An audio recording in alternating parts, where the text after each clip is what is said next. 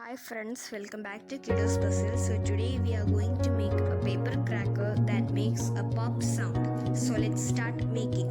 First you need to take an A4 sheet paper and fold it like this.